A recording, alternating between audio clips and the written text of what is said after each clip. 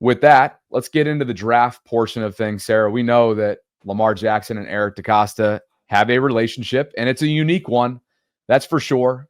We learned a lot about it during the contract saga and just how private somehow these two kept things during that negotiation process. We also learned during that process that Lamar had not only had some wishes, Odell, DeAndre, South Floridian prospects, right? As many South Floridian prospects as possible. They all joke about that with how many guys hail from South Florida that have come in and around Baltimore since Lamar was drafted. But clearly, he also has his sights set in recent years and has shared these types of conversations with Eric on wide receivers and different guys that he likes coming out of school. And while there wasn't a whole lot to share this year in terms of what Eric was willing to give up about what he has said, he did have this to say. Lamar and I have texted a little bit. We had a conversation. We didn't get into any specific players. We talked a little bit about the roster and just what he's up to and, his vision and his, excitement for the season and all that stuff that goes into it. But other than that, I think I just probably keep the conversations private. I know in the past, Lamar's sent him some texts of some guys or whatnot, but it doesn't sound like he's doing that right now. And, so I think that's fine. I don't think it's Lamar's job to be scouting, you know what I mean? For Eric DeCosta, if he happens to like somebody, I think it's fine for him to send it over his way, but I do like that he's listening to Lamar in terms of his vision and things like that. I'm more interested in, his long-term contract, but this is a draft press conference, so they didn't get really into that.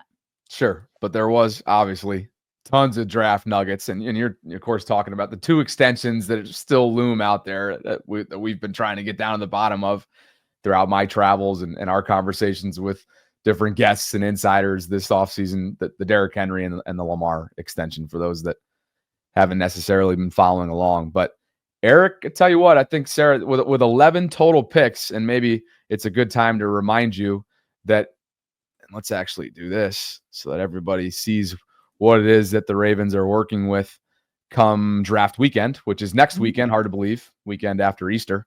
They have 11 total picks, 1 in the first, 27th overall, 1 in the second, 1 in the third, 2 in the fourth, 1 in the fifth, 4 in the sixth, and 1 in the seventh. But those day 2 and day 3 picks, you better believe Eric's just chomping at the bit to start to put his scouting efforts and everybody around him to work come next weekend. The way that I look at the draft is you've got on day 1, right? The first day of the draft, there's going to be 32 picks. So you've got to have 32 players that you would take in the first round. And so I always answer the question we have 32 players in the first round. You have to have at least 32 to pick. Now, is it a situation where maybe the totality of all these players in the first round might not be as talented as another year? Maybe that's the case. But I see a lot of opportunity in this draft class, really, in the middle rounds. I see more players. I see more draftable players. So we have 217 players right now on the front board. And there have been years where we've had a hard time getting to 160, 165. So there's a lot of draftable players. That means that the mid-rounds are going to be really good. And also I think undrafted free agency should have a chance to be really, really good for us. But I really think that if you're going to have 11 picks, this is a year that reminds me a little bit of 2022 from the standpoint of the depth of the draft really across the middle rounds, the 3rd, 4th, 5th, 6th rounds. I think it'll be pretty good. We see a lot of talent in that range. So that's an opportunity for us to get better as a team. Your thoughts? 217, and you're muted at the moment, but 217 up from what, 160 in previous years at times when they're bottom of the barrel? Yeah. Well, so that first part of the answer where he's like, oh, I just have 32 people there always, because they were asking if it was talent at the top. And he kind of didn't say much about that part. And he's like, well, I've got to have 32 people there. And so I think he probably agrees. It's not, the star power that we've had in other draft classes at the top, but to have 217 draftable guys when he struggled to get up to 160, we're talking about 50 more players. And that's a lot, especially because in the first round, a lot of people have the same type of grades. But once you start to get in those middle grounds, that's where scouts make their money. That's where GMs make their money. And like, who are you going to find that are diamonds that nobody else sees? And so he compared it to 2022, where Bobby, he found in rounds 3 through 4, he got himself Travis Jones, Isaiah Likely, nobody else likes him, Daniel Fa'alele, but was a full-time starter, Charlie Kolar, who may be able to do a lot, would be able to do a lot more, but like Isaiah Likely, he just kind of suffers from the fact that there's an embarrassment of riches at the tight end position. Jordan Stout, you know, your punter who hasn't been phenomenal, but got him there. And he's had other great 4th round picks. I remember in 2016, he had a lot of 4th rounders. He got Tavon Young, out of that. I'm trying to think of some others. Mid rounds also include maybe 3rd round. Remember at 2018, they got Orlando Brown and Mark Andrews. Justice Hill is a 4th rounder. Devin Duvernay, who was not a great wide receiver, but obviously a special returner as a Pro Bowler. So Broderick Washington, a 5th rounder. Tylan Wallace, a 4th rounder. Again, nothing huge, but these are all guys that, like, when you have expensive players elsewhere, you need much cheaper young talent at returner or as a backup or this and that. And you need guys who can actually step in if there's an injury. And so he's absolutely right that those are important. And if he can repeat that 2022 scenario where you've got an Isaiah Likely, a Travis Jones, and a starter on the offensive line, it's critically important, to use his words. It's critical. So hopefully he can repeat that success. There's also some specific position groups that he went out of his way to single out. And as you tweeted, he mentioned that the offensive line, defensive line, and outside linebackers as a whole are the 3 strongest positions in this draft class. He also talked at length about the offensive line class on top, which is obviously one of the 3 that I just mentioned right there that he singled out. And here he is talking about it because a reporter asked him, like, hey, you have a potentially starting 5 ready to go right now, but that is an area of need when it comes to depth. I mean, go take a look after Fa'alele and Voorhees, what your options are at guard. It's either Ben Cleveland or Darian Dalcourt. So at some point come next weekend, they're going to be bringing in guards. And Eric likes that there's a depth to be had. Yeah, well, I mean, I think I saw a stat the other day that I think we're allocating less salary cap this year to the offensive line than any other team in the league. And that tells me that we have some good young players who are playing well. They're on their rookie contracts. I've got a lot of faith in those guys. I've got a lot of faith in Coach Warhop to develop, and a lot of faith in our strength and conditioning program too, that we bring in these younger offensive linemen, and typically we see that they get better over time. I think it's a good, strong offensive line class this year across the board. A really, really good group of tackles and guards as well. And so, I think that anytime you have a chance to draft an offensive lineman that you think can be a really good player, you should do that, especially the way we play football, because we're a team that prides itself on running the ball and being physical, knocking people off the ball, controlling the clock, protecting the quarterback, all those different things. And so I think that's going to be critical. And Sarah, at the top of that answer, he gave a comment that you transcribed here about this stat in terms of allocating less salary cap this year to the offensive line than any other team in the league. Well, here you go. Let's go big screen for this. This is from Warren Sharp, who we've often used. Basically, he took a look at the most expensive offensive lines in 25 and just pan your way down to the bottom left, because the Ravens are 32nd, dead last, $19.8 million in terms of what they are allocating dollars-wise to their offensive line in 25. How does that help? Well, some of that helps when you draft well, which they certainly have. They've drafted young and they've developed, like a Roger Rosengarten. Crazy enough, we wouldn't have been saying this last year. Like a Daniel Fa'alele, like the usage of void years with Ronnie Stanley's contract, Linderbaum still being on the rookie deal along with Andrew Voorhees. And then the one on the right here is the total capital used to draft offensive linemen since 2022. The Ravens find themselves just above the league average. They're at 14, almost smack dab right in the league average, just above that total draft value of 36, 37 in terms of what where do they stack up league wide. So found those comments to be interesting. Well, he's right. I don't know if it was this specific stat that I saw, but I saw a few Ravens fans complaining that the Ravens were number 32 in terms of spending at the offensive line. And like, that just says to me, like, obviously they're complaining because they're thinking that the Ravens aren't serious about protecting Lamar.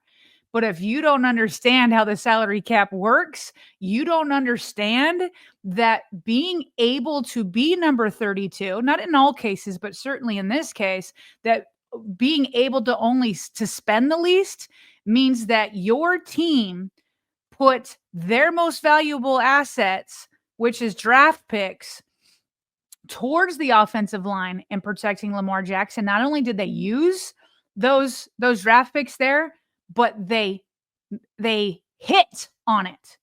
The reason why the Ravens can get away with only spending $20 million in cap space in 2025 to protect Lamar Jackson is because they hit on Roger Rosengarten.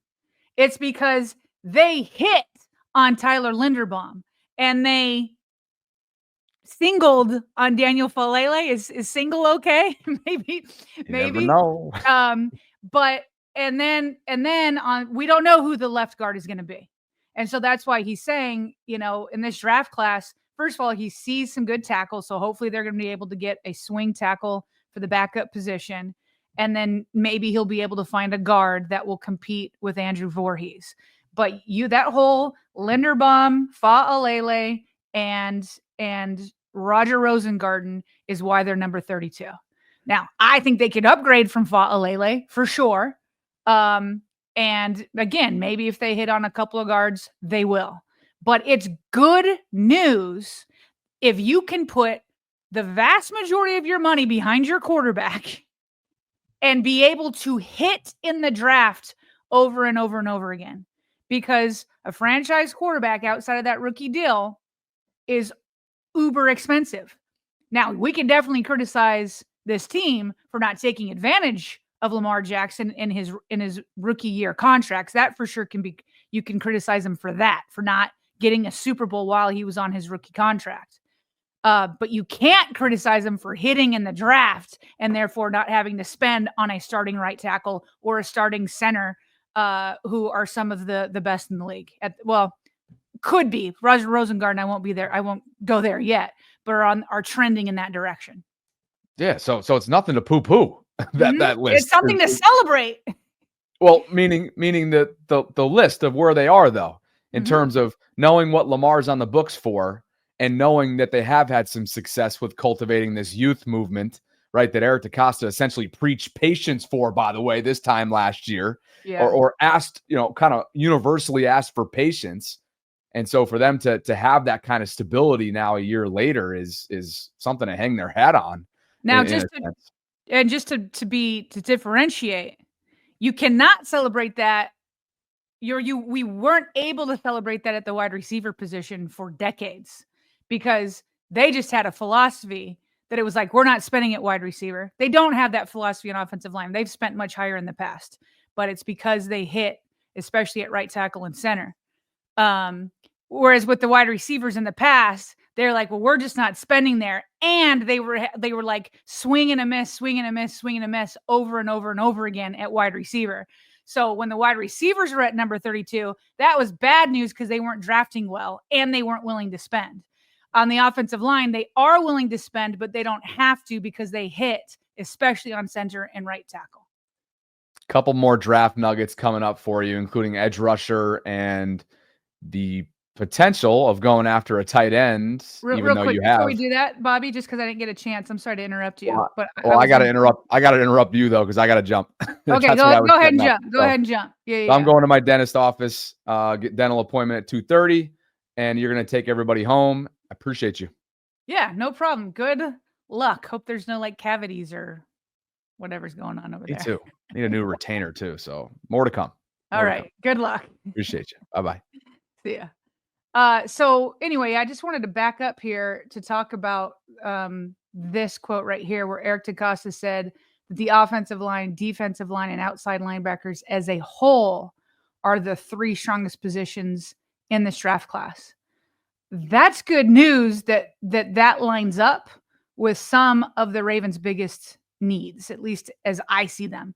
Now, Eric DeCosta was quick to point out, and I'll play this audio in a second, point out that his entire outside linebacker core is coming back, every single one of them.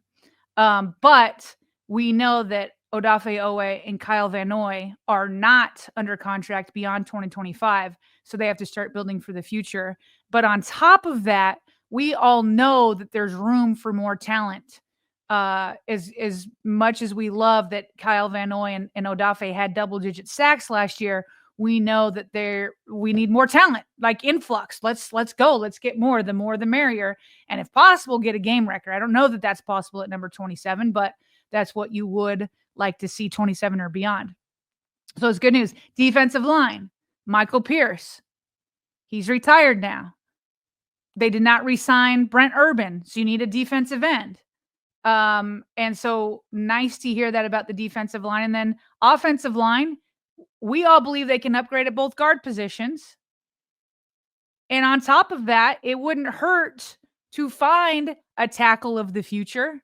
We know we're in good hands with Ronnie and Roger Rosengarten for now, but if Ronnie were to get injured again, you need somebody who can step in. Probably Roger would move to the left, and then maybe you could put a rookie in over at the right. There's also George Fant, which I know they're looking at in the veteran, or reportedly looking at in the veteran free agent market. But those three big needs, or those three strengths of the draft, line up pretty well. Like it's fine that quarterback is not one of the strongest positions. That's not what the Ravens are in the market for. It's fine that running back isn't one of the strongest positions. That's not what they're in the market for, but they could use those three.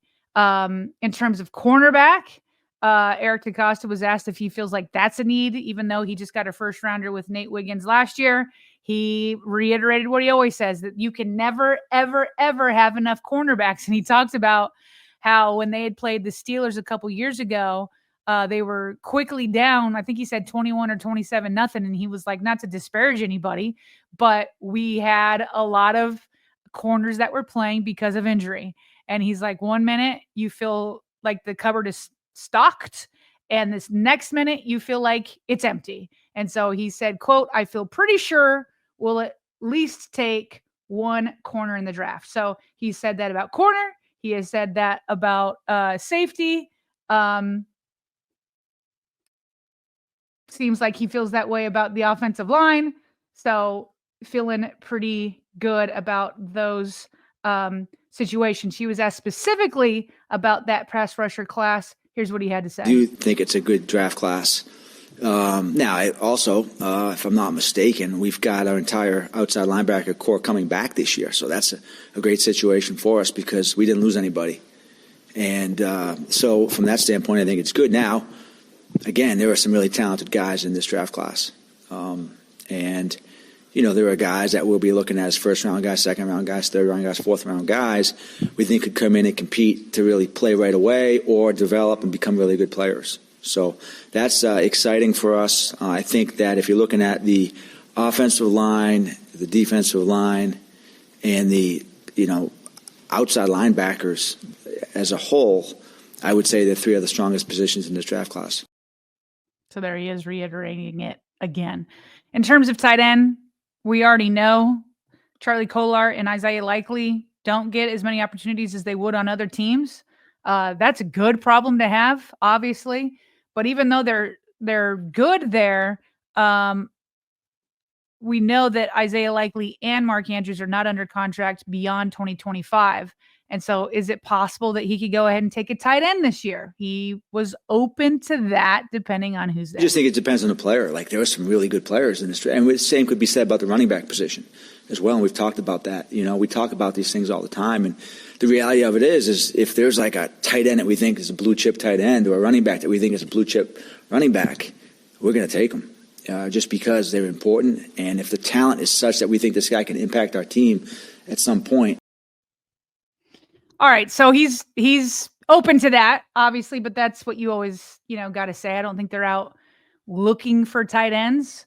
But that would probably play into what we talked about at the top of the show of Mark Andrews. He left the door open. If Mark Andrews is traded, then obviously you got to go and draft some tight ends for sure.